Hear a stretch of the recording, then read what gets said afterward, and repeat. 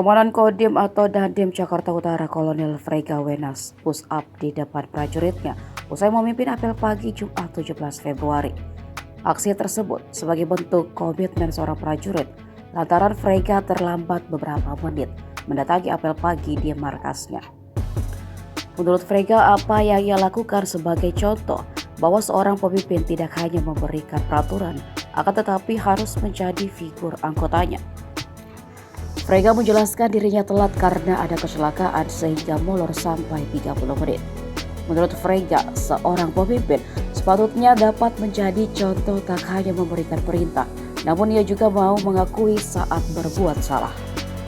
Selain itu, bagi Frega, kedisiplinan menjadi nafas bagi seorang prajurit. Hukuman push up bukan dimaksudkan untuk menyiksa, melainkan sebagai peringatan dan membina fisik.